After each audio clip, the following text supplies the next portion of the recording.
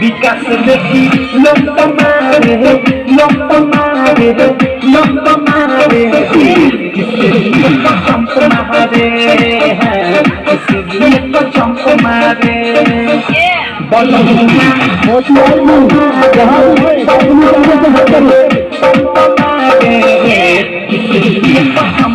का हाल बा भाई लोग। उम्मीद है कि आप लोगन एकदम अच्छा होके बहुत अच्छा होके खचा खच होके।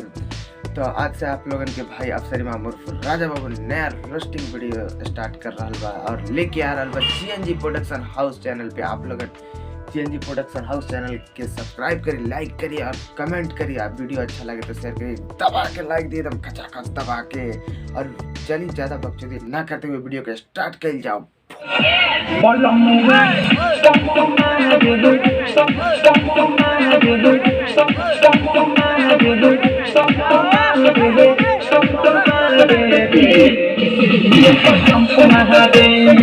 तो भैया लोग भौजी कहतरी कि बलमुआ पंप मारे सेजिए पर जंप मारे। हई कौन जंप मारे जाला? हेतरे नु जंप मारल जाला। कहतरू बलमुआ पंप मारे किसे जिए पर जंप मारे, किसे जिए पर जंप मारे। जंप हेतर ना हेतर मारे जाला हो भौजी, जान लतनी।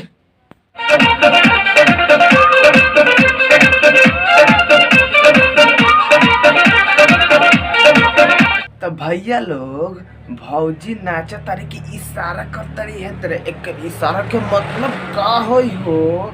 इशारा के मतलब है कि आवा बिछा के मार लो। मिल गइल बारे भाषा रंगीला कोदेला जुबना के वासर ढी। तो भौजी क देला जुबना के वासर ढीला। तो जुबना पर वासर मारा तो काहे रुक जाता रू हो? मारवाला की भीतरी ले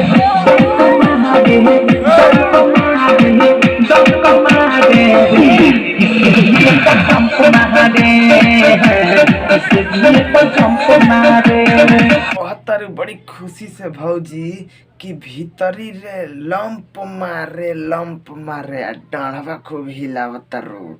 यानी कि बड़ी मजा आयल हुई हो भौजी। मारवावा इसे मारवावत रहो कचकचा के।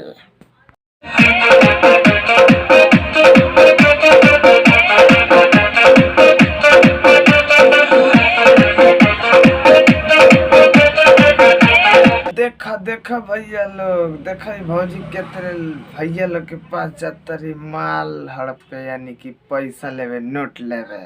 बड़ी मजा आता है। गाड़ हिला हिला के पैसा लुटता रही। तो भैया लोग रहुआ लोग सावधान हो जाए। ये भौजी लोग गाड़ हिलैया लोग और पैसा लुटिया लोग। तो ई सबसे दूरे रही।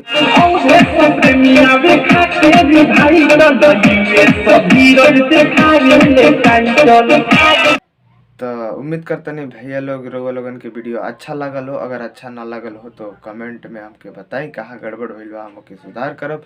तो भैया आप लोगन के भाई अफसरी मामूर फिर राजा बाबू आज पहिलका रोस्टिंग वीडियो बनैले बा। तो उम्मीद करम कि आगे से अच्छा ही बना के भेजेम। हम कोशिश करें भैया लोग। तो रउआ लोगन के जौन भी चीज़ पे रोस्टिंग करवाई के हो कि कमेंट बॉक्स में रउआ लोगन कमेंट कर देम, ताकि हम उस वहीं पे फिर से रोस्टिंग लेके आ सकें।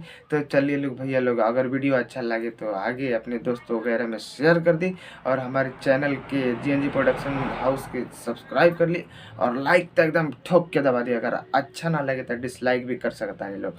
चलिए भैया लोग, धन्यवाद।